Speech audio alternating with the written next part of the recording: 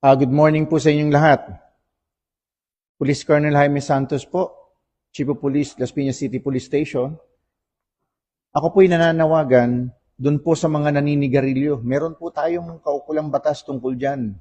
Yung Republic Act 9211 and Executive Order 26 of 2017 na kung saan pinagbabawal po ang paninigarilyo sa mga public places, sa mga sasakyan, sa mga restaurants, lahat po. At meron din pong city ordinance tungkol po sa vaping and smoking in public, City Ordinance number 1226-14.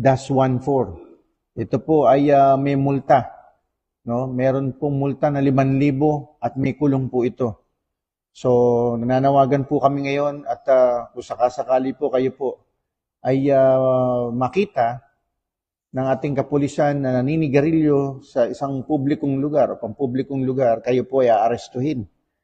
At kayo po ay ikukulong at magmumulta ng 5,000 pesos. So paalala po sa mga nagbe-vape at nagsisigarilyo sa lugar na pampubliko o publikong lugar. Salamat po.